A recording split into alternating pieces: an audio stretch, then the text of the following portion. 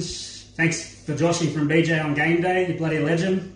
Righto, instead of the egg, I'm allergic to eggs, so I'm doing a tablespoon of hot chili. I nominate Tyson Doolan, Riley Moore, and Phil Waterson, aka the Mushroom. Here we go.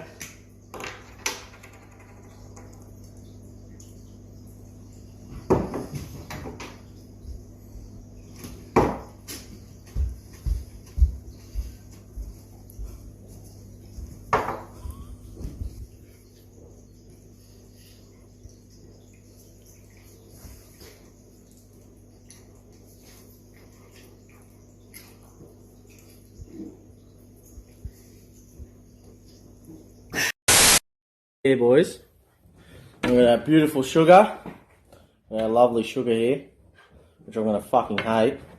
And I've got vodka, which I don't fucking like at all. We're going to skull that cunt. We've got a fucking beer, boys. Let's fucking go.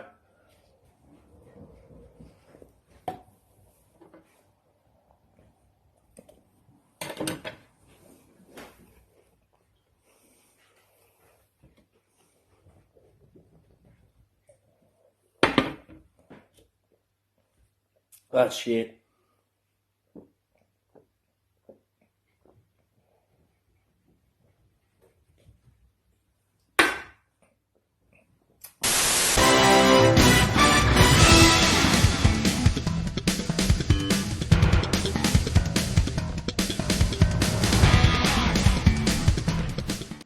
Hey guys, Joshy here, BJ on Game Day, back for another episode. What an absolute cracker from the boys there, Shano and Tyson. That's absolutely awesome. Joined again tonight by Brent. We got Bogan in the background. The full team is back, guys. Big shout out to those boys. Brent, very, very good efforts from a couple of the lads who watch us each week. Mate, stand-up efforts. They had me in tears watching that. So that good stuff, boys. Love that. Love seeing that sort of thing. Mate, I've seen Tyson before, actually. He's on a couple of corners in Brisbane in the city. He's got his cardboard box out begging for change. So, no, look good, boys. Very, very well done. Guys, some massive news out of today. Obviously, everyone's seen the thumbnail for the video here tonight, and Bronson Cherry. We'll get into more into that in the next few minutes. But Hampton, mate, you've been challenged. The boys... Look, you said you wouldn't have done it if it hadn't been for the boys sending in their videos. So I'm glad that they did, mate. You're all set up there, buddy? Yeah, mate, be honest. Whatever time it was today when I was thinking, what's going on here? These fuckers have stitched me up again. After that push-up challenge last year that you stitched me up in, I said, never again am I doing a king challenge. But those boys watching that was unreal. I couldn't not after that. So this one's for them. It's not for you, King. And I'm good to go. So I got the egg. I got me sugar. What spirit do you got, mate? What are we shot? Bundaberg's finest, straight out of the bottle. Bundaberg's nice, very nice. A bit of State of Origin edition, and then finish her up with a bit of Carlton Dry, mate, just to wash it all down. So bear with me. We'll have to commentate while you go, mate. So I've been a bit crook as well, so this could go anywhere, but we'll see how we go. He's got the Rona. Here's my egg. I feel like it. Cracking the egg. There it is. Is it a double yolker, mate? Nah, single yolker, thankfully. Look. Disappointing. No floaties. This will be the... Righto, here we go. Imagine the floaties. All right, there goes the egg down the hatch. Oh, that's fucked. He's kept the microphone on. That's good. Here we go. The sugar. It's hard to sugar. It's just hard to chew it. It's hard to get it down, mate. All right, we've got a shot. You hadn't prepared. Oh, you're just going to take the swig, mate. Yeah, give it a good... We need a couple of skulls. Actually, Tyson, I reckon you got about half a shot, mate. The swig of the vodka. Oh, that was about half a bottle there. All right. And here we go. Carlton Dry to wash it all down. Not bad. Good form. Hasn't pissed out the side like Shano's did. Oh, not bad. Very good effort. Cheers, boys. Very good effort. Oh. All right. So, I forgot to go to full screen for that, fellas. But I hope you still Brent will have recording to that, do it fucker. again. Josh will have to do it again for sound. We'll have to And do it Brent again. will We'll have have to do it again. for the video. Have you got a nomination, Hampton? Oh, mate, I think it'd be just good to see some more of the boys out there do it. I reckon all the boys in the draft for a start. Teddy, I'd love to get GameDay, some of that Marty, footage. Come. any of them. But no, just a bit more of what was it Shano and Tyso produced. That was good shit. Yeah, boys have done well. Yeah, good shit. Mate, let's jump on to the big news of the day. Now, obviously, everyone today was looking forward to Team List Tuesday. It really has been overshadowed by the announcement of Bronson Xerri's A sample testing positive, and really to a cocktail of steroids. There's, we've seen in sports before a lot of different times come through where, athletes will test positive to one prohibitive substance. It turns out that he's gone positive to 4 different steroids. So, very, very bad news for my Sharky. Obviously, he came on the scene last year and played some very, very good football, a rising talent. But, mate, very disappointing for the boy. So we'll have to wait and see what happens there in the coming weeks and how that all develops. But very interesting with the timing. Talk is in a few of the news stories today that the official test was the 25th of November last year. And somehow it's taken them 6 months to reveal this. So I'm not too sure who was revealing it, whether they were trying to cause any damage to the NRL, because normally the tests for these, the results for these tests come through after about 3 or 4 days. So, mate, your thoughts on that one? You've been following a bit of the media today. Yeah, mate. Yeah, I was pretty surprised, to be honest. It's quite shit news, to be fair. I mean, he's arguably one of the biggest, sort of brightest prospects coming through. He's looking good, really good. I don't know. I had big raps on him. Enjoyed watching him. I love watching blokes with pace, and he was a big, quick thing. So, he was going to cause some trouble for the next few years. But I just don't get it. I don't know why he would have done it. I know they're just trying to perform at their best. Doing their best to perform at the elite level. But I don't know. It's going to be one of those things where I think he'll come back in maybe 3 or 4 years. I don't know what's going on with the whole A sample, B sample test as well. I don't know what that's about. They've got I think it was the A sample he's done, and now they do the B sample, or vice versa. Yeah. But even strange the timing of it, like November 25th to be tested, well outside, I guess, the season ends, and possibly into pre-season. I did read.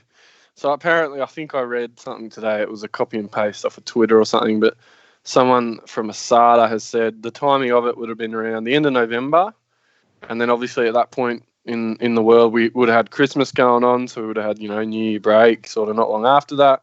Obviously we had the bushfires and then the COVID thing. So they reckon in respect to timing, whoever this person was that came out and said it, that's what they're dancing behind. But yeah, very, very bizarre timing, and it wouldn't be like ASADA to try and stitch up the NRL. Look at what happened with all that Sharkies gear and all that as well. So I'm not surprised by anything anymore. It's not NRL without a bit of pre-season controversy, though, is it? I guess, mate, exactly right. It just sells a few more newspapers. A big one for the Sharkies, though, as well. Obviously they put a bit of time with him. I think he's a Cronulla junior.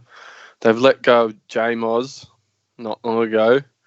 They had some surety in him probably sitting in that left edge for a while, and now all of a sudden, they're probably in all sorts. I know they got Katoa and Dugan and a few of those guys, but yeah, it's a bit of a spanner in the works. Mate, absolutely, yeah. Guys, just for everyone at home, a little bit of update. Let's move away from that now. We're going to get into the footy shortly. Peas and carrots. The BJ and GameDay, the BJ and GameDay Greyhound has arrived safely into Queensland, into Maroon territory. We'll be trialling tomorrow night at Albion Park, so we'll get its first look at Albion Park tomorrow night. No doubt it'll be debuting in a race in the next week or two following that. So I will report back. I might even do a little live stream at the track tomorrow night for its trial debut. Mate, you better put the tuxedo jacket on for that, mate. Terry Hill style. Absolutely. We're going to go across line. I'd like to say it's Dapto Dogs, but no. See, Hampton, he doesn't even watch it when he's not on the show. I Doesn't tuned even into the watch. live last week, but I was Hampton, silent. What's going on? we've bought it. Well, I've bought a dog. I've decided to get back into doggies. It's been a couple of years since the old man passed away, and I sort of got out of it there for a little while. But one of my mates who's just moved up to Queensland, we've gone in together in cahoots, and we've picked up a perform dog called Peas and Carrots. So good dog out of Victoria. We paid a pretty penny for it. So hopefully we can recoup a little bit of our money. And it'll be kicking off the next week or two. So we're going to try and get some NADS crossovers and things like that, maybe to the racetrack here or there. And we always condone responsible gambling, but let us know when it's running, eh? Will do, mate. Will do. We're going to try and get odds, but the more I tell you blokes about it, the less odds we'll probably get. So it'll be a $20 dog, and because everyone will be loading up, it'll be into fives, and we'll end up running like a $30 dog, won't it? Mate, I reckon it'll start even money. So there you go. We'll see what happens. We'll see how she's graded. Right. Mate, let's jump into the team list for this week. And obviously, Team List Tuesday came out this afternoon. A few surprises across the board. First match off the cards is the Broncos and the Eels Thursday night. We'll see these two, I guess, premiership contenders tee off. We've spoken about it earlier before the lockout, that Eels have probably got one of the best teams on paper. Kids in the background there, mate? Yeah, bloody 10 past 9, and I've got a 3-year-old and a 2-year-old still running riot. So that's my life at the moment. When Dad's out of action, they try and when's the third one due, mate? Oh, we got 22nd of June. I think it's our due date, so we've got less than a month to go. So R.I.P. 22nd of June. Well, we better get the best. We better get the best of Brett Hampton in the next 4 weeks, guys, until he's gone. I'll be eating eggs shot in sugar and drinking Bundy for fun, I reckon, and give me about 3 months. Little Bronson Hampton. Look, I reckon we'll look back in about a month's time and go, man, it was a good time when we had 2 kids. But anyway, what do we do? There you go. Looking forward to the footy starting back up there. Hallelujah. I gotta say, they're fucking stacked this opening round. Like, there's some fucking good games. I was going to say, though, just quickly, Bogan, on the draw, obviously they've had to remanufacture this draw and everything like that, and it's all a bit dodgy, the way that some of this has been put together, I reckon. They've got all these teams that won in the first couple of weeks playing each other, and, the Sharkies, for instance, have got probably the softest draw. You'll play 5 teams twice. Some teams have it a lot harder than others. For instance, the Roosters, not that you really care, but I don't know if it's dodgy, but it's I don't know how they've manufactured this, but anyway, we'll see what happens. But just good to get the footy back on anyway. I don't want to rag on it too much. But yeah, mate. No, that's all good. Look, I think similar thing to what Politis came out and said just after the draw. Obviously, one of the chief playmakers in the game and owner of the Roosters. The draw was very sus in how it's done. And like you said, I think Cronulla have been absolutely blessed. We pay, I think, 5 teams twice, and they finished in the bottom 6 or 7 there last year. So very, very interesting how they've done that. But, yeah. And that said, Joshy, though, it means Supercoach-wise, you got some good analysis there where, you're going to, regardless of the footy and everything that's going on, you got to, now some guys probably coming onto the radar that you might not have been put on the radar a couple of weeks ago. So it'll make it all very, very interesting Supercoach-wise. But I think these 2 teams have a pretty tough couple opening rounds, which is a bit hard. So I reckon a couple of blokes there like Jermaine Asako, Katoni Staggs, who probably a lot of people might have been looking at, even guys like Fledgler and that. They're harder buys with a harder draw, but I think they're good prospects. And, it should be interesting to see how they go in the first couple of weeks back. Yeah, mate, I think the big winner out of that team there for the Broncos is Flegler in the 8. Obviously, Matt Lodge, a lot of talk around him in the past couple of days, especially up here in Brisbane. Talk about him coming back and re-entering that starting squad. He's been named on the extended bench. So still a chance to make game day, but most likely we'll see that the Broncos line up 1-17, as you see here. And Flegler, with the performances he's put in so far, for any super coaches that have got him, he will make a little bit of coin, which is good. Mate, Turpin, now that McCulloch's obviously been signed by my boys, which was pretty interesting, I can't see another hooker on their bench. I can't see him. Does he play 80? I don't know what the rotation is there. I'm not familiar with all the blokes on the bench they got there. I know Herbie Farnworth's more of a back, but Turpin possibly become maybe a go-to from a Walters or something like that, possibly. I'm not. Oh, mate, look, Any thoughts? it's always an option. I think the name we probably haven't seen on that 14 to 17 is Corey Pay, Paix, and he's sort of a half, hooker kind of player. I think a lot of expectation was he might have been on that bench and sort of taken that pressure off Turpin to play 80. But yeah, as you say now, mate, that doesn't seem to have happened, and Turpin could well be a possibility. I think. Oh, look, it's a little bit hard to go him. There's such good options there at number 9s.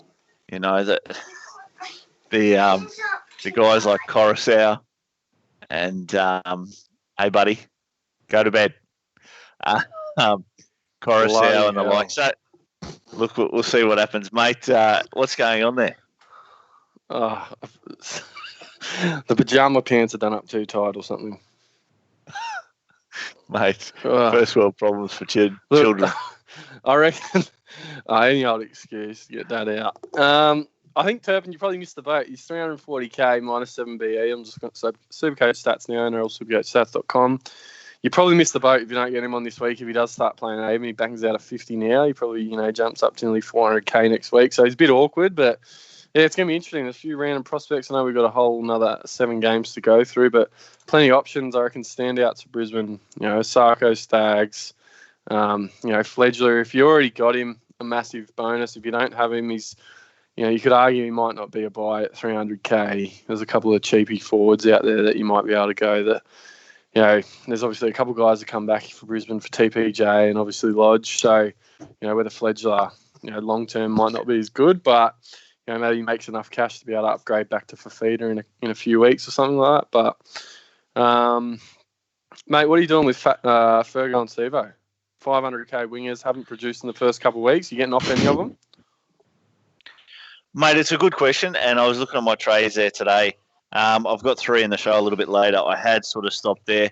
Now that I've seen the team list come out, there was only one that had changed, but it wasn't these guys. The option there is obviously good to go from either Sivo or Ferguson, probably down to Stags. I don't have Stags. I don't think he's necessary, but with I guess the coin he's going to make over the next 2 to 3 weeks with that high score last week, I think he's definitely, I can't blame anyone who gets him in, and especially if you've got players like Sivo and Ferguson. The fact that I normally don't mind using trades and we've got so much extra means I probably will do it come Friday or come Thursday afternoon. I probably will jump on Stags from one of these guys. But I know that whichever one I drop, the other one will, that'll be who scores 100 this week or something. So, it's a little bit of a tough one, mate. I know, obviously, we've got the whole, like I said, the other 7 games to go through. But obviously, Maddo and that Parramatta side looks like he's going to be a set and forget. So if you don't have him or if you already have him, good work. But I didn't like what I saw. Obviously, Supercoach-wise, it's good. Maddo will take that ball 95% of the time, which means Wanga Blake is a different prospect, and also probably Blake Ferguson outside of him's, a bit of a different prospect. I know Moses has got that kicking game, that cull-out ball and all that, but if Wanga Blake's not getting the ball because Madison's taking it up a lot, when he does get the ball, he's probably not going to give it to Fergo too much. So I don't know what to read into the Ferguson now on that right edge with a couple of ball hogs, but we'll have to see what happens there. Yeah, mate, look, being a Fergo owner, I did notice when they played the Titans in round 2, obviously they put 50 on him and Ferguson scored 43. So normally in a game like that, you'd expect him to score a try or 2, and it just didn't happen. In saying that as well, scoring that many points, the kickoff returns, I think it was either the first or the second play he'd returned from the kickoff. I think it was the second play. Probably 20 of the points out of those 43 came from kickoff returns. So, yeah, interesting one, mate, and I'm struggling with it. Yeah, look, we'll see what happens. Cracking game to open the round. But, yeah, we'll have to see what happens in our trades later anyway. Next game up, so the first game on the Friday at 6 p.m. and you got the Cowboys and Titans, and very dour affair this one's going to be. The Titans don't look bloody good at all. So, obviously playing at. Are they playing up there in Townsville? I thought they had to play everything down here Queensland Country in Suncorp. Bank, yeah, which is Townsville. Yep. So the new stadium, I think that one is, isn't it? Queensland Country Bank. Yeah, Queensland Country Bank, QCB Stadium. Couple out, Morgo out for the Cows. So big out. You see Kevin Cooper. Yeah, Cooper as well. Yes. So you'll see Clifford get a spot. Interestingly, just to scare all those drink water owners, and I haven't got him, but he did look good in the first couple of weeks. I think I saw a statement from Paul Green saying it was a bit of a coin toss between Clifford and Drinkwater to start the year. So read into that what you will. I don't have Drinkwater. I know plenty of people will be getting on him and already have him, but just justifying my existence there. But I thought that was an interesting comment. You got Benny. Yeah, Hampton mate, there. I'm getting on him. Yeah, you're getting on him? Fuck off. I'm getting on Drinkwater. Fuck off with your Ben Hampton. Mate, don't start. Fucking Kane Anderson. He's Cuzzy. Kane Cuzzy. Anderson during the week tried to get me to fucking trade Teddy for Drinkwater and another player. And Drinkwater and Hodgson. Don't be trade rape. And Hodgson. Yeah. We can talk about draft later, but you got to be careful of the rapers. Yeah. There's trade rapers, and Kando, whilst he plays an innocent, my only first year playing draft game, I reckon he's got a bit of rape vibe about him. Bogan, can we get a picture of Ben Hampton up there? Can we get a picture of Ben Hampton up there with a big fucking cross through it to say no, don't have him? Not at the moment, no. Look, I agree. I don't think he's a winger. I don't think he's a centre. He's too small. He started really well, but I think he's a bit of a trap. Two fucking walk across the line tries. He's a trap. Yeah, he's a huge trap. Years. I watched him play for East Tigers up in Queensland Cup a few years ago. I think he was playing 5'8" or fullback or something like that. Did look good, but it has never translated into NRL form in the last however many years he's played. He might be my cousin, whatever, but it hasn't translated whatsoever, and I think he's a bit of a trap. I can't completely Supercoach irrelevant. Yeah, I think so. I mean, happy to be proven wrong on this one, but I reckon stay off him. Adrian Gomez, you're not going to win the bet, mate. You're going to lose the bet. And what's he got to do? Spoon of cat food. I don't know. Can't remember. Oh, fuck, what have I missed? I'm going to have to go watch the last one. No.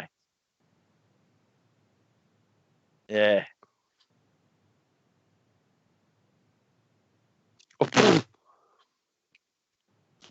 Yeah, after 5 rounds. There's another bet.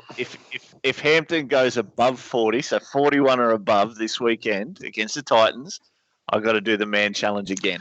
Look.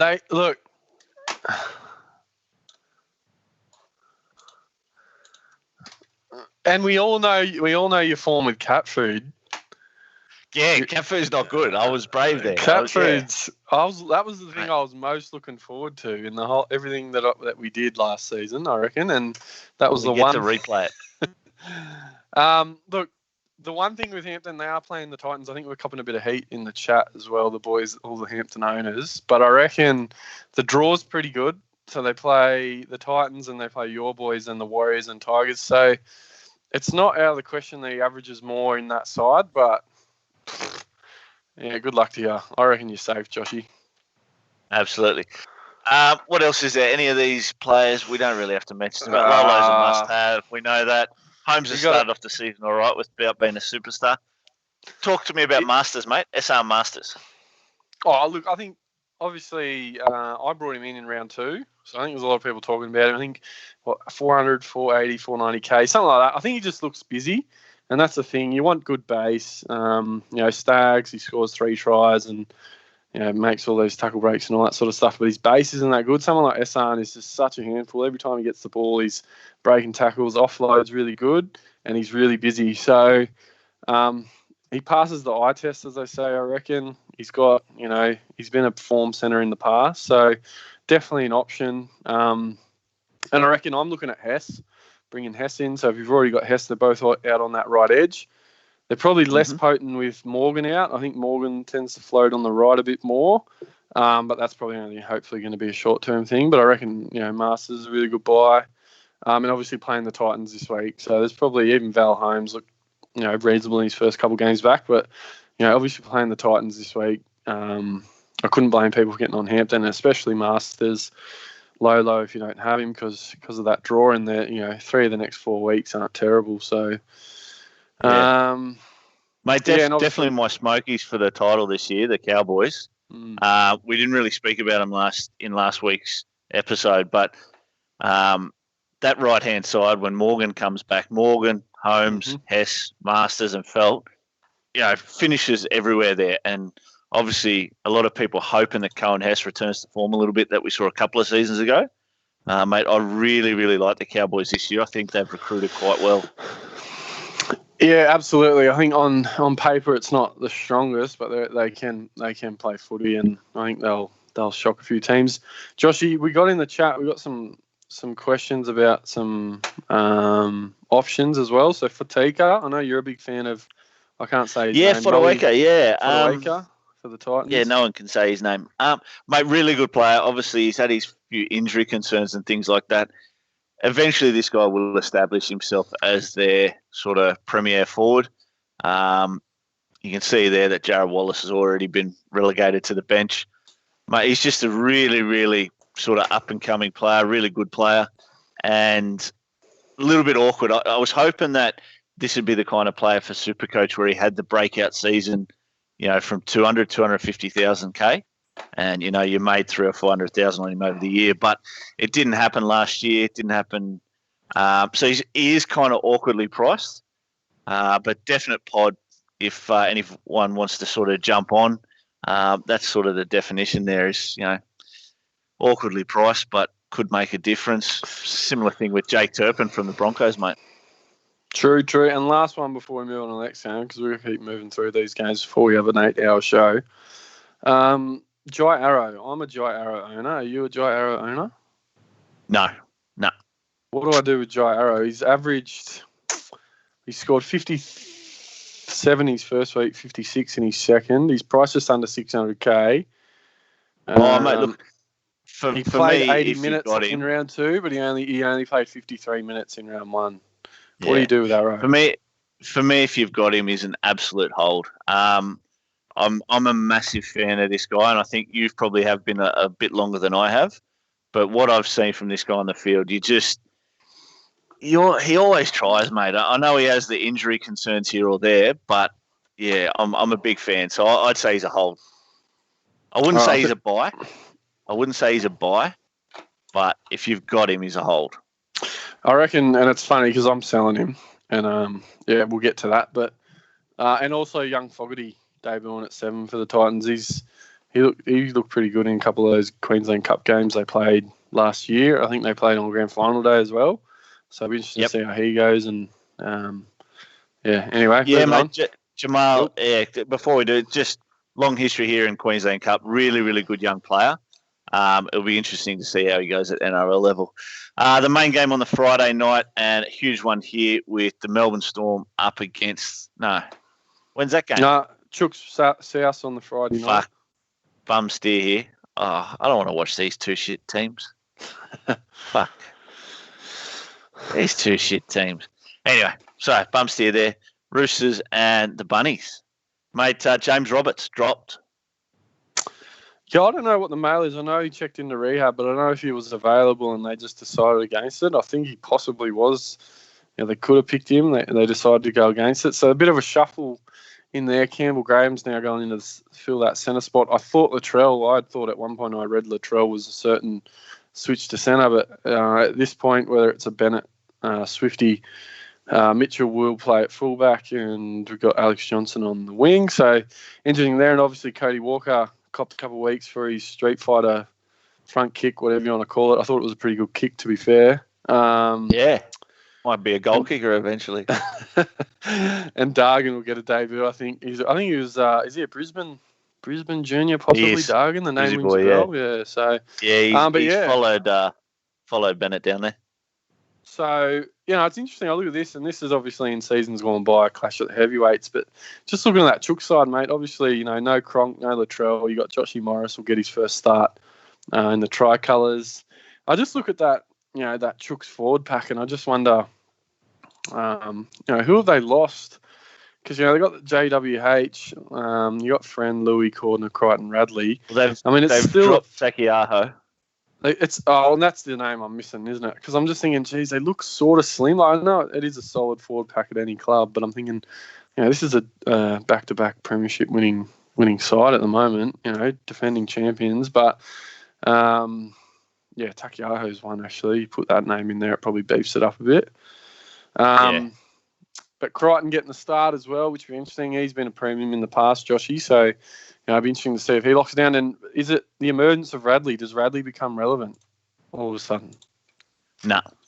Nah, because he had a big round 2. I'm bringing up Supercoach stats here. He had a big round 2. He didn't play 80. He played 70 minutes, but he produced 64 points worth of base, which is heavy. All right, Josh, how long's your hate list getting at the moment? That's big.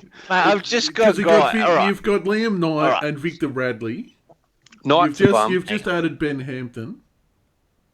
I agree with Gomes. So my hate list is not about the footballer. My hate list is about their ability to be effective in Supercoach and the fucking wankers on Facebook who basically go on and on about how these are the next fucking emerging players. I just want to make the list and put it to Tommy Sangster and just see what he has to say. Mate, he can fucking join the list, Tommy Sangster. Well, anyway. we got a bit of talk in the chat about Knight. Obviously, Joshy, we know your thoughts about Liam Knight, but I'm off Knight. I've got Knight. He's for 440k or something like that. He hasn't cracked 50 minutes and he hasn't cracked 50 points in base. He's at a 56 or 46, but he wasn't what I thought he was going to be, and I am off him like a bag of prawns in the sun. He's off. Mate, you see it with all the best forwards in the game. Like, at the end of the day, when the season finishes, these guys average 60 plus, and he just was never going to be that kind of player. Your Clemmers, your Lolos, Madisons. Mate, probably Twal's the one that I agree with. I've been a big fan of Twal for a couple of seasons. I had him all last year. I've had him in my draft teams. And again, he's another one that everyone is jumping on at the moment. And that I can support just because his workload is huge. In attack, he is completely ineffective. If anyone thinks that Alex Twal's going to score more than 75 or 80, you're wrong. But he will score that most weeks, week in, week out. Liam Knight, I just never saw him going to do that. Victor Radley is not as bad. He's not as bad. And I forget, Victor Radley's only 21 years old, Joshy. I was having a look the other day, another draft league, something. You forget it feels like he's been around for a while, which he has, but he's only 21. So, he's put hits on in the years gone by. Like, he hits as well as anyone, but he's probably got 2 or 3 good NRL years of experience under his belt now, and probably ready to start, enforcing himself on the competition. So it should be good to see him emerge now, I think. I've got no sort of argument there that he will be. This kid's going to be a really good footy player and for years to come.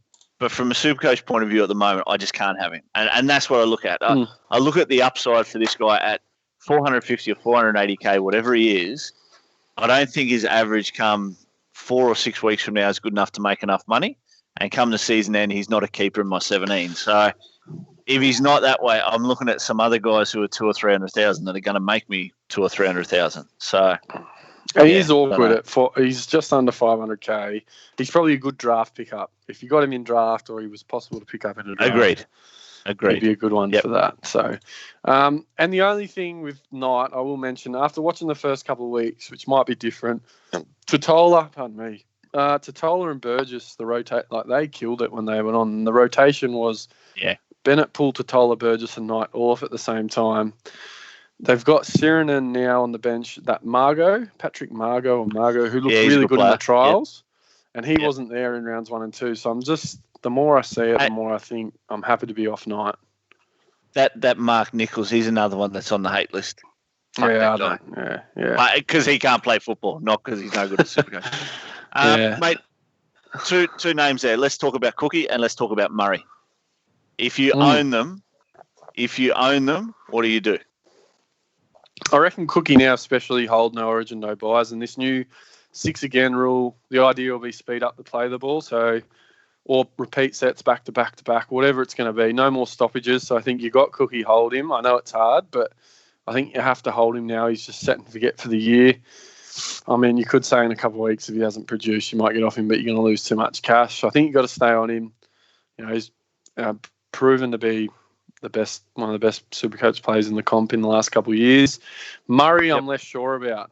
I don't know what you want to say on Cookie before we move on to Murray, mate. No, nothing, mate. Just your thoughts.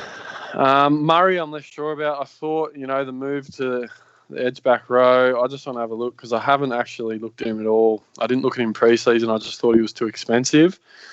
He didn't play 80 in the first couple of weeks, and he's making Knight look like a god given the scores he's got and the price he is. I don't know what's going on there. I think he should be playing 80. I thought he might play on the edge, and then maybe when Knight come off or a couple of those big boys in the middle rotated off, he might swing in the middle and make up some of the minutes in there. But he didn't play 80 in the first couple of weeks, so he's played about 70 minutes, and his base wasn't awesome.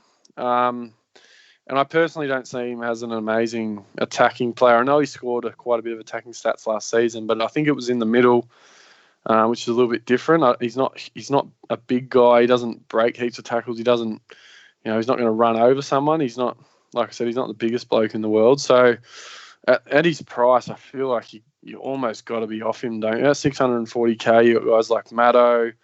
If you don't have Lolo, I think you got to find a way to go from Murray to Lolo. He's got 102 break even. He's going to, absolutely bleed cash. They got the Chooks and Melbourne up next in the next 2 games, and they play the Titans. But if you got a Murray, I think you got to get off him, don't you? Yeah, I agree, mate. I agree. Let's jump onto the Saturday games, Bogan. And I think the Warriors and Dragons first up on the Saturday. Yeah, so why?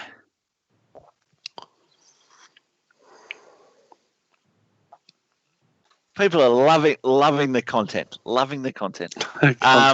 Quick one here. They stitch up there. Your mic's not hot. Good on you. Winners out of this game got to be JTB, the number 10 there for the Warriors. Jermaine Tonoa-Brown has managed to pick up that starting spot ahead of Ignatius Parsi. Little bit of a loser out of the game would be Elisa Katoa. Isaiah Papali has scored the 11th spot ahead of him, so Katoa finds himself on the bench. Mate, for the Dragons, Lomax got the spot ahead of Lafay in the centres there. Yeah, interesting one. I got so many options as well. So Rava comes back in. No Saylor, no Saab as well. So no Lafay as well. I think any backs that you're picking for the Dragons, just beware because who knows. I think McGregor's a man using borrowed time. How he still has a job is beyond me. So who knows what he'll be doing. Obviously, Cam McInnes is back though. That's big in. Yeah, big in. Big in, and obviously possibly a Supercoach option. You're probably not going to get on the first week back, but maybe you are. But yeah, this one's a bit of a bludger. I think obviously good news for JTB owners, as you said, coming into the starting side. And I think Katoa still wasn't playing 80 anyway. He only played that 50-60. He probably still plays that. So if you got him, it's not the end of the world. But yeah, that Dragons list, it just puts you off. I reckon unless you're on McInnes and maybe Norman or Hunt, which you probably shouldn't be, all the rest of it, anything could happen. No, Merrin's been dropped now. Vaughan's probably another safe one, but yeah, who knows what's going on there. Mate, just jumping on the comments on the chat there, and one of the lads, Austin Powers, thoughts on bringing in Tyson Frizzell to replace Jack Williams? Are they priced about the same? I'm assuming they're from memory. I thought there's probably about 80K difference between them, but I'm not too sure. Look, mate, I like Tyson. Tyson Frizzell's a huge, big game player. So bring in Origin, bring in the Aussie jersey. He's just one of those players that doesn't really produce it at club level. He plays big in the big moments. And when you're playing in a shit team like the Dragons, there's just really no need.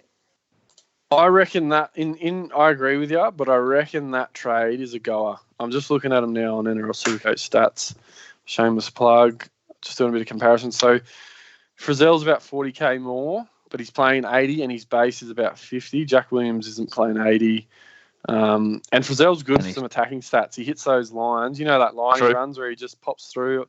He runs that really brave, just scary line where he will score the odd pie. And if he's playing 80, he's probably a decent option. But I totally agree with you. I don't think he's generally anything special, but I don't mind that trade, to be honest. He's a steps up at Origin, reliable, happy to sign him with Newcastle. Absolutely. But, happy with that trade, I reckon. Not bad. Yep.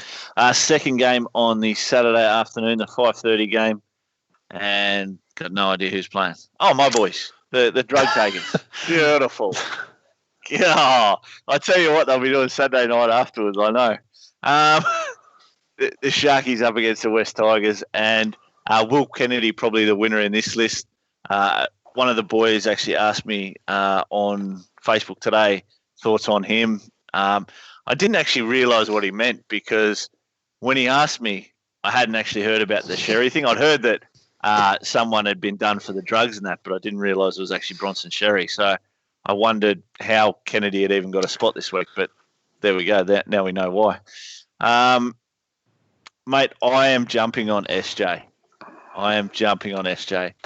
Cronulla have the easiest draw for the rest of the season.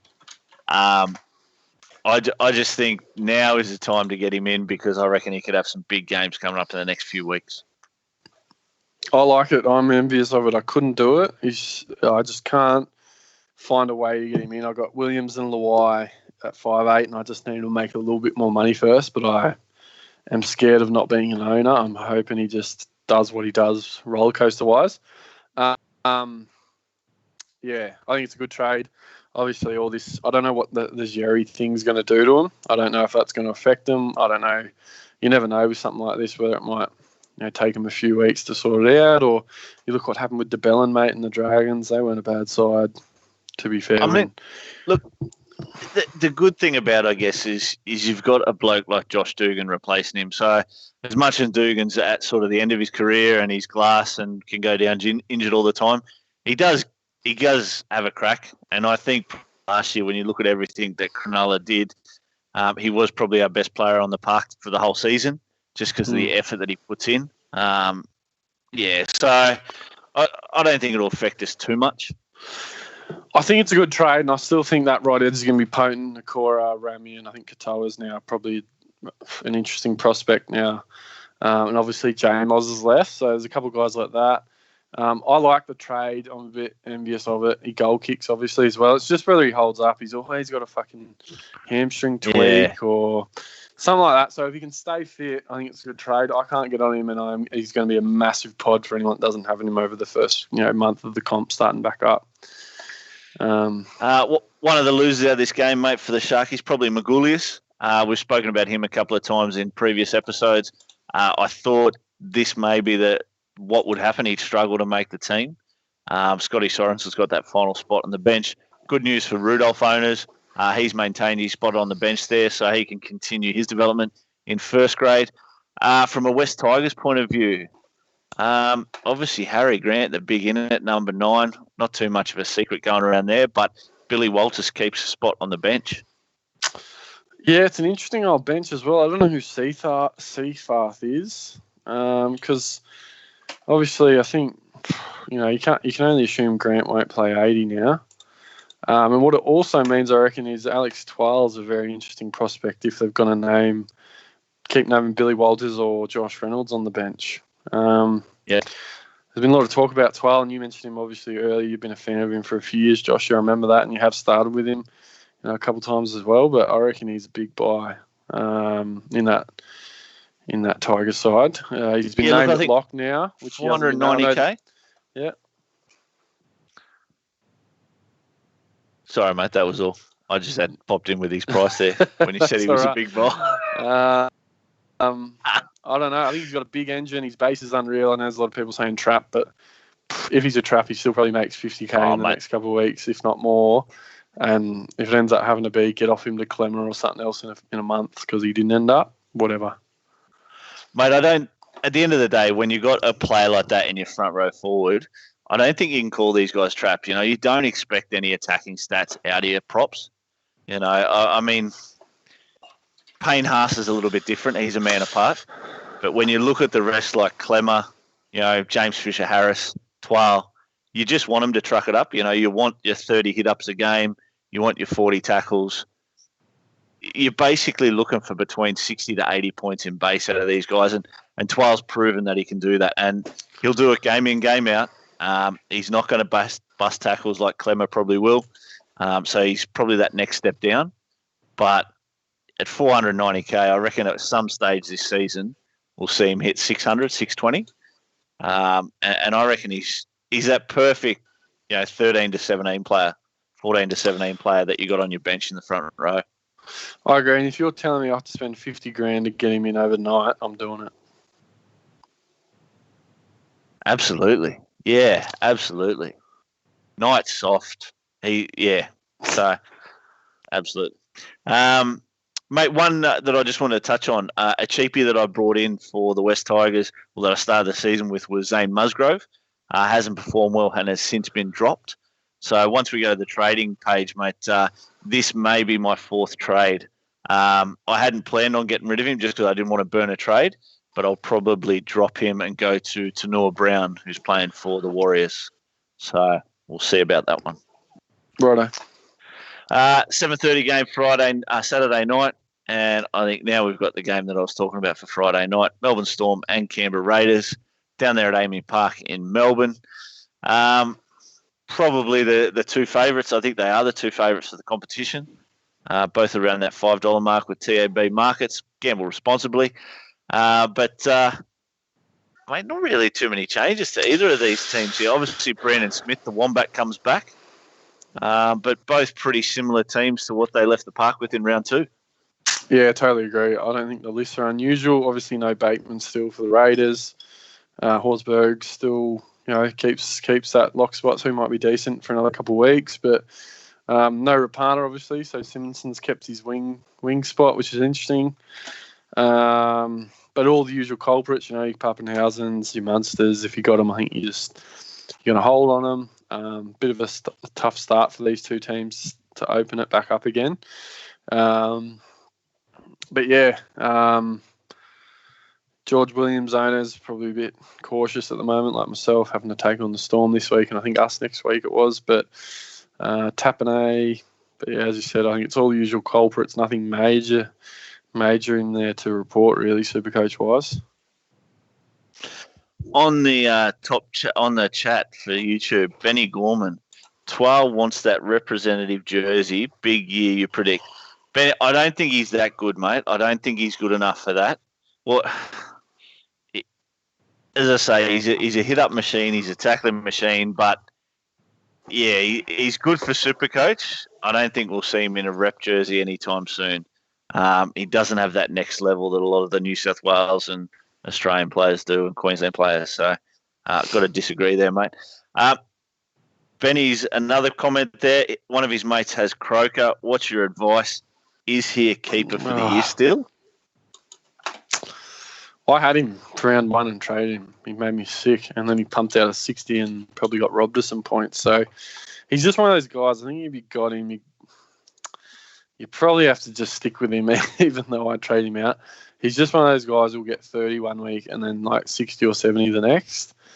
And when the Raiders have a good run, he kicks lots of goals. So the problem I've got with him, mate, is you comment there sort of 30 or 40 one week and then 60. You never used to have to ride the waves with Croker. He was just that Mr. Consistent kind of player. He didn't really throw in a 20 or a 30. I don't know. I feel like his time for Supercoach has come. I think he's definitely still got, that position at the Raiders down pat for a long time to come. But I just think there's better options in centre wings for Supercoaches. Well, and I'm looking at him now on stats, and he hasn't averaged 60 in the last 4 seasons. So 2017 he was 55 average for the year, 18 he was 54 average, 19 he was 53. So, you know, he hasn't even had that blimp where he averaged 60 or 70, which I thought he might have. But, you know, that could, if he loses a bit of his mobility or doesn't score as many tries as he has in years gone by, because you've got to remember he's probably been up there with total points, highest point scorers each season. If he isn't still doing that, kicking heaps of goals and scoring a bit of tries, he could be a bit ugly at times. Hayden Noddy on the chat. Tapane, a hold or a trade for someone better? Mate, at the money is, I'm a hold on him. If you do have him, I think I've sort of said it a couple of times over the last seasons that I'm a big fan of him, and I think there are better things that this guy can do. He's just got to figure out how to do them. So at any stage that can happen. Even still, the player that he is now is good enough to get a money raise of 100, 150k. So he's a hold for mine. Yeah, don't mind. I don't know what's going on with his minutes or what role he'll play once Bateman's back. But I think you can sit on him for his price for another week. And what do we got? Sunday games, mate. So the Sunday, we got a 4 p.m. game, or is there a 2 p.m. game? 4 p.m. Yep. So we play. Oh, your 4 boys. PM. Yep. Penrith Newey. Interesting one there. Obviously, 4 p.m. Sunday game. No Ponga, most notably for our blokes. So that'll be interesting. Tex Hoy it's his debut. He played pretty well in the 9, so it'll be good to see how he goes. But pretty much apart from that, I wouldn't say unchanged. You've got no Barnett there. Chris Randall will get a debut, and obviously no Brayley, so we're going to have to think about life after Brayley. So a few changes there. Probably be a pretty different looking side next week. Ponga and McCulloch will come back in. Panther side of things, no Cleary, pretty big for Cleary owners. Anyone that's got him, was it 2-week suspension? Yeah, 2 weeks, mate.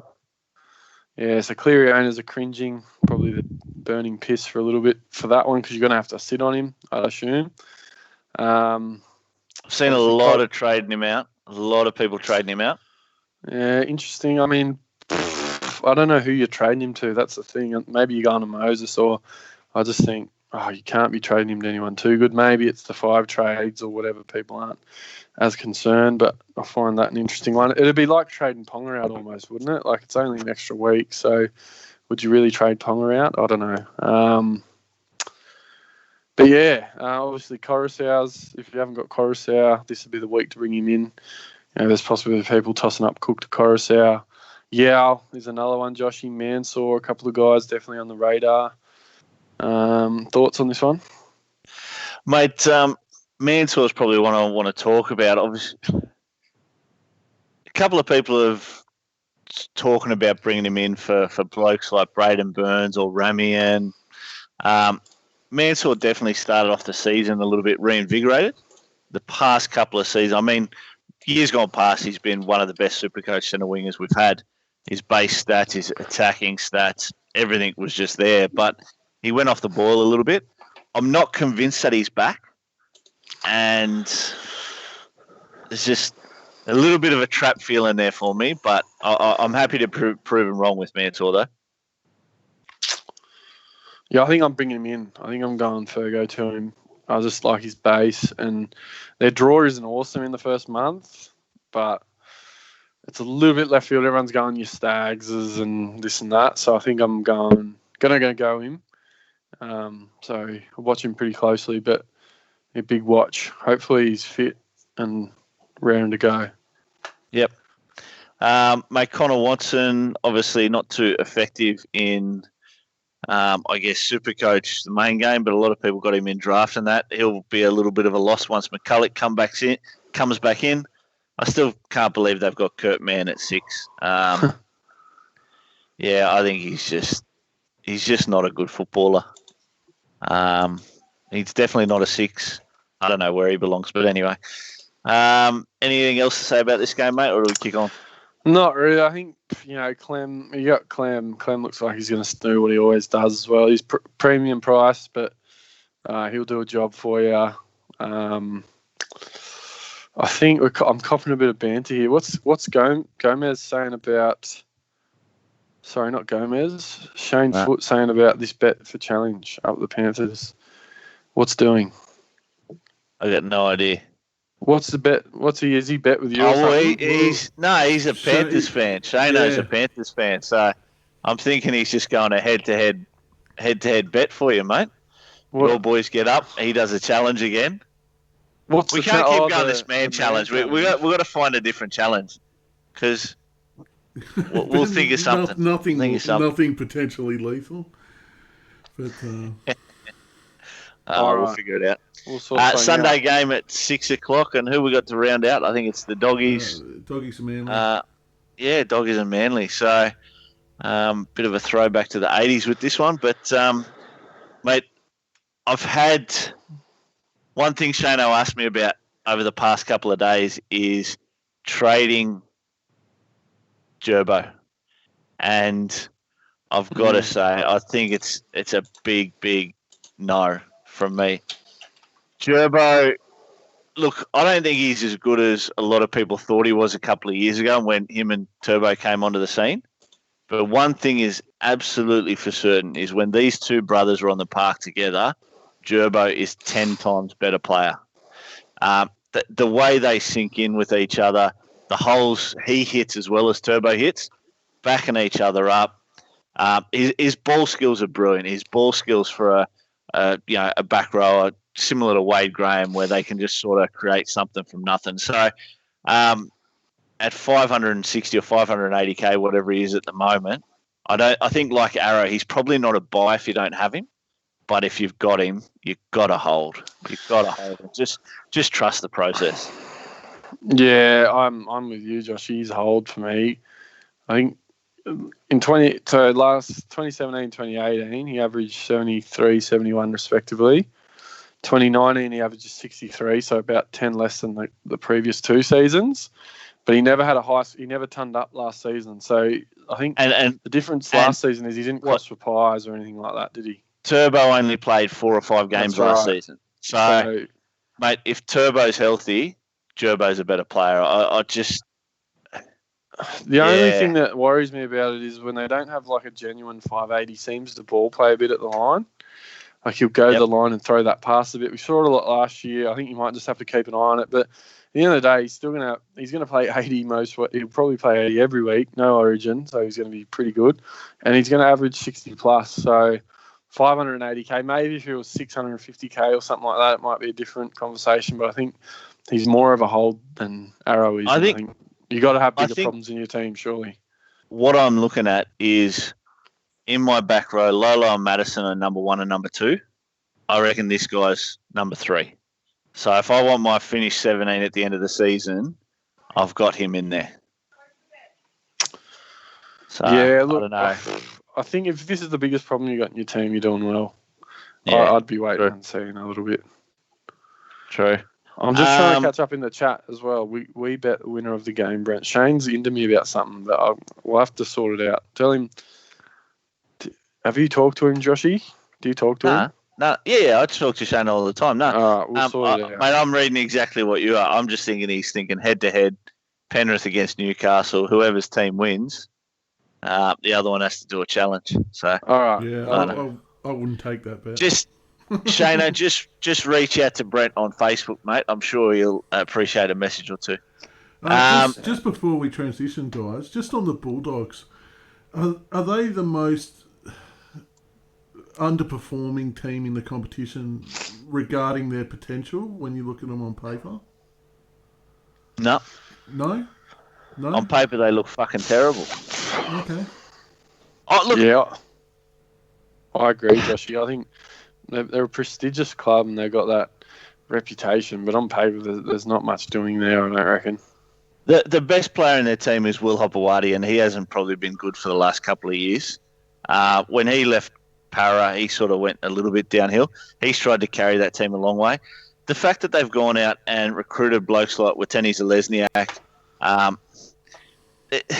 their forward pack's atrocious. Like Dean Pay, the fact that he got rid of, what was that bloke's name? Reece Martin. The Yeah. fact that he got rid of him, mate, he's dropped Aiden Tolman. Now, Aiden Tolman is similar to Twal. He's never going to make any tackle busts. He's never going to break the line. All right, so we But he's going to score talked 60 about or the 65 points. we So. talked about the hate list. If you had a love Yeah. list, Aiden Tolman would be on it. Oh, absolutely.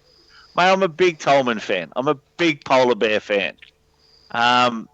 Very, very good footy player. Does his job. That's what I love. I was a slow 6'5" front rower myself. So all you needed to do was make 30 tackles a game, hit up the ball 15 times, have your 2 stints and come off. That's what a prop has to do, and Aiden Tolman does it better than most others. So, look, I reckon Dean Pay, he can join the fucking hate list for sure. And it's almost like Pay's got a rotation policy. Like, I know they've been hurt by this whole, schoolgirl saga as well, losing, the dreadlock fella. What was his name? The dreadlock bloke. Ockenbaugh. And did they end up letting go of CHN? Yeah. I still, they did nothing wrong, those boys. They did nothing wrong. But, I don't know about that. Absolutely. Whatever. No, And now you've ran got... with me, Bogan. They did nothing wrong. Fuck, I don't know about that. It's not like fucking Cleary with having them show up at your doorstep. Mate. Let's they were underage, weren't they? But yes. they weren't 18. That doesn't matter. They were of legal age. They picked them up on a consensual fucking. sex. They picked them up on a school fucking exhibition, like a community outreach. Mate, it was 4 years difference between them. She was 17, he's 21 or something. Mate, yeah, but still, every chick in my school that was 17 was banging a fucking 20-year-old. Like, yeah, nah. Anyway. Yeah, all right. Look, you can have that one, Josh. Maybe I'm a little bit older, so I'm a little bit more protective of the youngsters. But there you go. Shane has come out and said what Zeri did is worse. I agree. Oh fuck! I agree. And I was going if I was going to have a rant this week, it'd be about Zeri. I said to Josh before the show, I think he should be rubbed out for good. I think it's about fucking time that they made an example out of someone. And if you're testing positive to fucking 4 different types of steroids, there's no way you can say that's a fucking slip up. That's a cycle. So fucking fuck off, mate. Yep. Well, when you enough. say rub out, I'm sure Ockenbaugh and CHN got rubbed out. Of course. So. Different type, mate. Different type. No, but with the Ockenbaugh, I don't agree so much with the other one, but because it was Ockenbaugh that showed up for the fucking school visit and decided to pick up a fucking couple of chicks while he was there.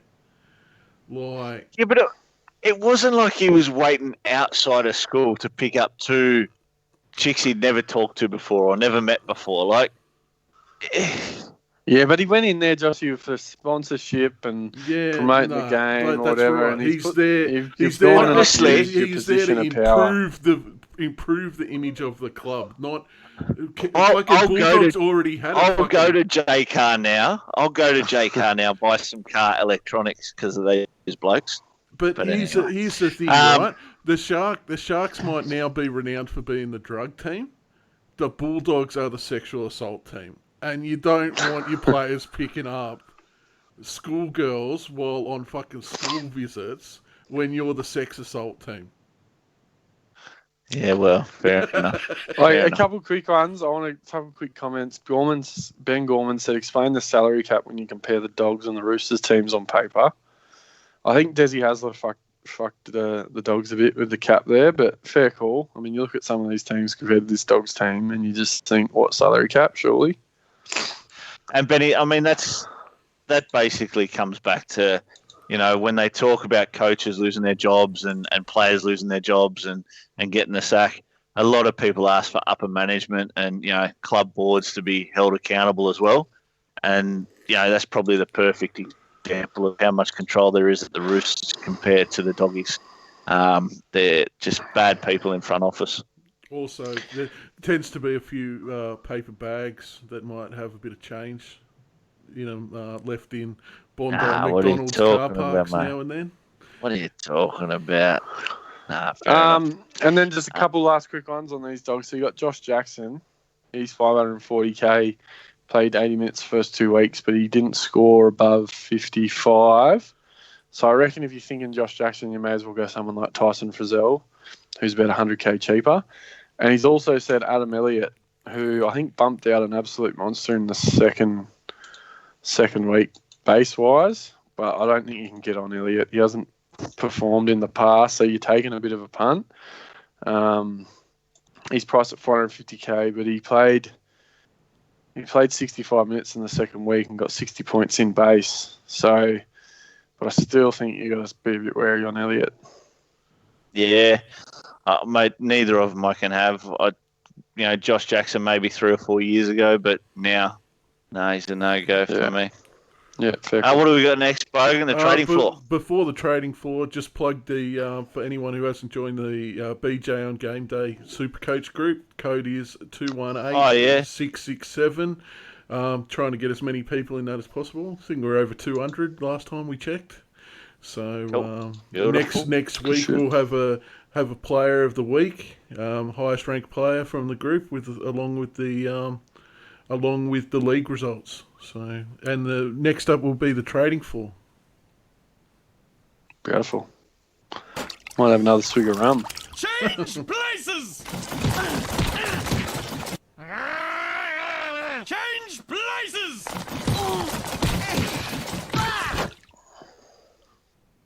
I think the trading floor intro needs a fucking upgrade, fellas. What do you reckon? If any suggestions for that, leave a fucking comment. Surely some sort of Wolf of Wall Street related reference. Yeah, but the thing is, you go I'm not fucking leaving. We're probably pushing it too with the Futurama of getting a copyright strike. So, but anyway, Well, yeah, we haven't already, but yeah. See how we go. What do we got here? Oh, I reckon it's a sideways galore here a little bit. A little bit. There is a bit of sideways there. I've just changed my mind a bit. I'm not too unhappy about the rookies I got. So I'm not really bringing any rookies in. So I'm going. These are my 5 trades this week. I'm off night. I'm bringing in 12. I don't mind that trade. I'm getting off Arrow. I'm bringing in Maddo. I just after watching Maddo, I just think you can't afford to have Maddo as a pod. He's going to probably score 70 points most weeks. So I'm happy with that. I'm off Leilua. Obviously, it was a bad option. I thought he might have started well. I like their draw, but after that first couple of weeks, I just have to be off him. Bringing in Yo. Off Fergo as well, so a bit sideys. Just not liking what I saw. Mansour 100k cheaper. I like the base in the source as well. I think maybe the source is back, whatever. And obviously for Fielder, who knows how long he is out for. Obviously got Masters, so I'm getting on the Hess train. Didn't mind what I saw. Obviously no Morgan, but it looks like he's going to hold down the edge and probably play 80. So I banked. That is fucking sideways central. That is fucking sideways as heck. Well, the reason for it is I'm banking 200k after all these trades because there's a couple guys I reckon you're going to have to try to get in, and I'm probably waiting for those to happen. So it is sideways, but I'm probably, I looked at Asako, looked at Staggs, looked at Fledgler, all these guys. Yeah. But this is what I reckon I'm landing on. And 200k in the bank. I reckon you got to get Teddy Turbo, SJ in, but I'm just waiting on a couple of rises from Williams and maybe Luai before I pull the trigger on those ones. So that's where I'm at, Joshy. Yep, cool. All right. Mate, my trades look. I've got 3 that are going to come up. Madison's coming in as well. So David Fafita with the injuries, he's a must sell. So got to get rid of him. Surprising one in the centre here that Aikens actually nailed down the spot at the Panthers in the number 1. I'm not too sure what the update is on Dylan Edwards, but obviously still injured or still carrying some kind of injury there. There was talk that he'd be back for round 2 back, 8-10 weeks ago. So some concerns there for the Penrith Panthers. But Drinkwater in. Look, I've just seen that, I know you mentioned that it was probably a coin flip that Green said between him and Clifford for that number 6 spot. I've loved what I've seen from this guy. the fact that he's come out of that Melbourne Storm system, I think he's in a good area up there in the Cowboys with Morgan, with Holmes, a lot of sort of, good experience up there and that kind of thing. And obviously with JT gone, he's got a big hole to fill. But, good team there. And the third one there. So those two I actually announced on last week's YouTube video. The next one will be SJ. I'm going to dump Luke Keary. I came into the season starting to think that Luke Keary would basically be the playmaker at the Roosters, but be more of an effective type like Cleary or Moses, obviously without the kicking duties though. And he just hasn't done it yet. I think he's going to try and be a little bit more of a general. I think that's what I do want from Flanagan beside him, but Flanagan's just not that good enough yet. So, as I said earlier, the Cronulla draw that they've got for the rest of the season is just awesome. So I'm going to bring in SJ. I'm going to hope that the injuries stay away. And look, I just think this is positive. I know it's sideways. That's definitely sideways. But I think the upside is going to be there over a longer term and the rest of the season. And the fourth one that's not there that I mentioned a little bit earlier was I'll probably go Musgrove to Noah Brown. I was looking at Gula, but I got no cash left. So if I did Gula, I'd actually have to make a fifth trade, which would either be Seavale or Ferguson down to Stags, which may still happen as well. We know I love to use all my trades. So, yeah, watch this space for next week.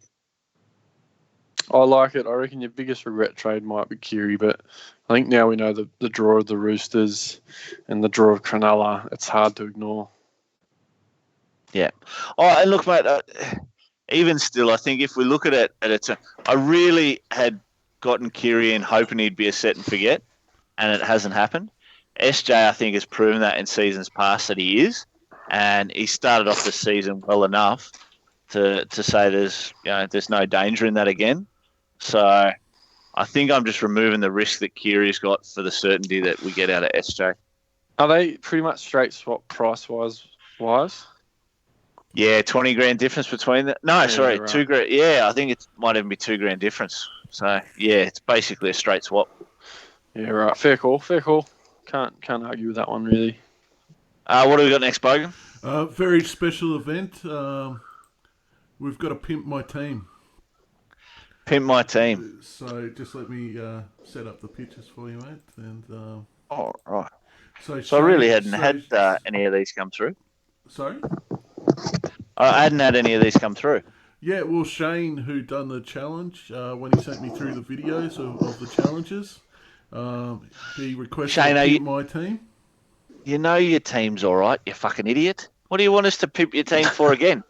So anyway, let's tell him to take out all the good players and put in all the shit players. We haven't seen Brent give a pimp hand or a diamond to anyone yet, so... all right, I'll leave it up to Hampton. So, here's Shane's team. Just a quick one. We had a comment before we jump into Shano's team real quick. Someone's asked about ideas on a mid halfback to trade him for Wakeham. Wakeham's been obviously dropped from the Dogs. He's 280k. I think you got to look at Williams, Luai, or Drinkwater, depending on... I know you said halfback there, but if you can't get Drinkwater in at 5'8", I think Luai or Williams are probably your best bets. Next best bet's around a similar price. I think Luai's probably a bit cheaper. Right. Moving on to Shano's team. What do we got here? Who's he got? So he's got Moses. I can't see the halfback starter or bench. Is that Moses? And who's the bench half? He's got that Avarillo, the young fella from the Dogs. Yeah. So I think that was probably more just about a cheapie. This has to be after the 5 trades. This is after. Yeah, this is after the 5 trades. Oh, this is just a flex, surely. There's nothing wrong with that. Yeah, you got exactly. Rudolph, you got JTB. I don't know what his trades were. I think he's possibly gone on the Osako Stags train. I don't know. Maybe started with a couple of them, but I think it's pretty solid. I'll be interested to know how much cash he's got in the bench, how much cash he's got in the bank. The only thing I can point out is obviously Drinkwater being the starting 5'8" over a genuine keeper. But obviously he's got Ponga there as a non-playing reserve, taking up 630k. So, mate, I said to Shano, and yeah, it's a gun team. You know, it's very, very solid for this time of year. I think he's sitting around about sort of 4,000 or 5,000 overall. So, yeah. No, like I said, I'd like to know how much cash you got in the bank because you've got some good money makers on your benches, even in your centre wings. Yeah, I think you're trying to, like you said, how you're getting in that premium 5'8", which might be an SJ or Munster, depending on what you like. The only player I don't like in his team, other than Avarillo, but he's a non-playing reserve, is Shibasaki. I try to push a lot of people away from this guy at the start of the season. Just something about him, mate. He's another one of these hate list players for me. Oh, fucking hell. Yeah, and I think he's an easy downgrade. Bradman Best, I think, might find his way in the side in the next few weeks, or I think he's an easy downgrade. He might make a little bit of cash, and you still might even possibly make 100k. Even if you just dumped him to a nufty, because it doesn't matter. It doesn't matter anymore. Yeah. If you can bottom dollar and make him 100 grand, you might help him upgrade a drink water to whoever. And even, like I said, I think Carrigan and Fletcher probably get you to Fafita when he's back. So, yeah, it's looking pretty solid. Maybe just trying to figure out if you can get Cook in somehow. But looking pretty solid, Shano. Can't complain too much about that. Yeah, definitely. All right, next up, Logan, what do we got?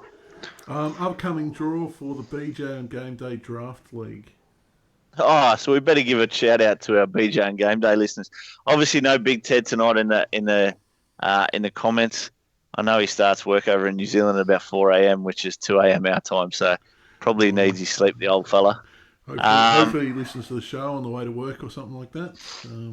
Bogan, you're up against Brent. Grudge Kanda match. Is up this against first week? Mana. Is this head-to-head? I haven't even looked at it. What's the Why has it ladder? got Have we first played week? head-to-heads already? Didn't we start first week for this I draw? think we have. I think we have. The site was fucking doing some silly bugger shit, so yeah, this is the round 3. No, fair enough. Round 3 draw is. Bundy up against Teddy and Big Ginge up against me. So that's in the draft league. We'll see.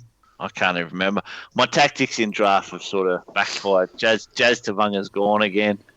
McInnes is back, which is good, but I think I picked 6 injured players. I've still got 4 injured players. So Bateman's not back yet, bastard. We'll see. Oh, what are your guys' thoughts on the rumours that the Bulldogs are after Bateman? Oh, mate, if I was any team, I'd be after John Bateman. Yeah, well, this was on NRL.com, so yep, they obviously got a source somewhere. I don't know. So I think it's all just these player managers, right? 6% of 800k is more than 6% of 400k. Would a player who's come all the way over from fucking England, he's got a chance at a premiership with the Raiders. Mate, these days, premierships don't mean nothing ahead of money. Yeah, I guess. To me, he seems like the kind of guy that would stay with the Raiders before going on the Dogs. But yeah, at the end of the day, he's coming over here to provide for his family, his daughter or whatever. And if he's going to make double the money, you'd be crazy not to, wouldn't you? I'll tell you what, mate, there'd be fucking tears in the streets here if he fucking left. I purely think that he started this. I reckon he started this. I reckon that he's basically put it out there that he's looking to talk to other teams to get more money, just so that the Raiders will front up the cash. I think the same as Hampton. I don't think he'll leave the Raiders. I think that English connection that's there that Ricky Stewart's created is way, way too strong. The fact that they've got that premiership winning team there as well, I just think that the Raiders have now got to front up to bump up his contract if they can afford it. I don't know, salary cap wise, where they sort of fit. Have they got an extra 200 up the sleeve? I know that he's on 570 at the moment, and he's looking to get to that 800 mark. Is he worth it? Yeah, arguably after his first season, you'd probably say that he is, the effect that he had on the team. So I reckon it's just about the Raiders reaching what he wants, and he'll re-sign with them. Fair enough. Oh, well, fellas, we're getting to the end of the show. Do you want to check the chat to see if there's anything? Any questions in the chat? What's we got? Give them a bit of time. Shibasaki will make cash. Come on, just fuck off. Shibasaki, that shit cunt.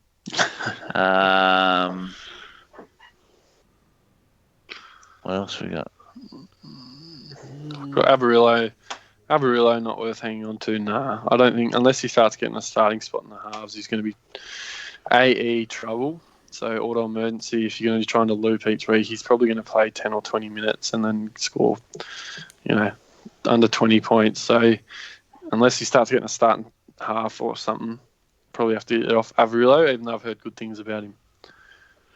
Okay, Adrian Gomez is saying that the Raiders offered Bateman $780K last year and he declined it.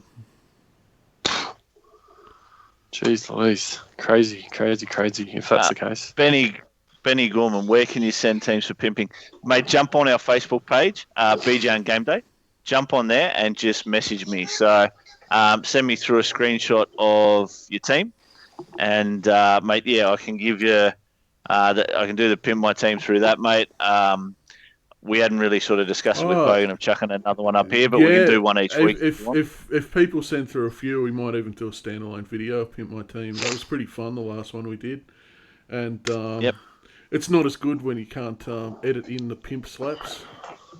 So. And captains, vice captains. Sorry, we've got Safidi and Filmono as well. Jacob Safidi. So I reckon Safidi's a good cheapie, 200K. He might average 40, be a slow burn. Filmono I'm less sure about. I don't know what his security's like at the Dragons. Obviously got the start in round 2 and he was a bit inflated, but he looked dangerous. But I don't know. I think you can go to him, but you might just have to. I'd probably prefer Safidi over Filmono personally. Joshy? Yeah, mate, I like both of them. Obviously, I think Safidi's probably got the better job security.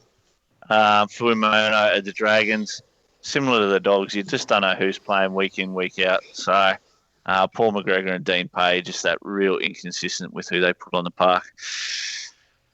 Captains and vice captains. Yeah, VCCs. Who's you looking? Mate, I really hadn't even thought about it. I've got to be honest.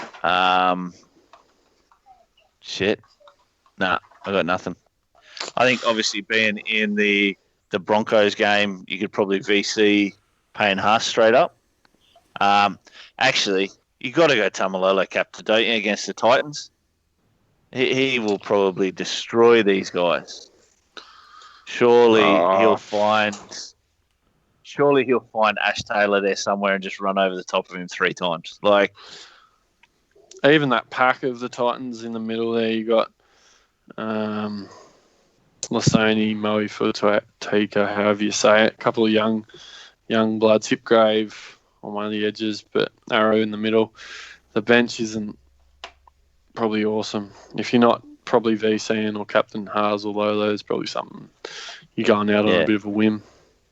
Yeah, right. I think I don't want to use a loop though. I've got a player there. I've got a non-player reserve in my centre wingers I've had from day one, and it's actually Royce Hunt. Do you remember him from Canberra? The big prop. Yeah. So for some reason in the NRL Supercoach he's in the centre wings, but he's a 120 kilo prop. But anyway, he's on my centre wings. But I just don't want to loop. I don't want to have to chuck him in. I'd prefer just to chuck the C straight on Lolo. And yeah, VC. I think at this stage of the year, when you got such an active bench, because you have to have those money makers and that, it's a bit ugly if you happen to loop. Unless someone's got 150, it's not really something you want to have to do. Yeah. Benny Gorman, I have Messenger, no Facebook, unfortunately. I thought you have to have Facebook to get Messenger. I don't know. No. We're on Facebook. We're on Twitter. Yeah, I put my Twitter in the chat. Just send it through on Messenger to one of us. On Twitter.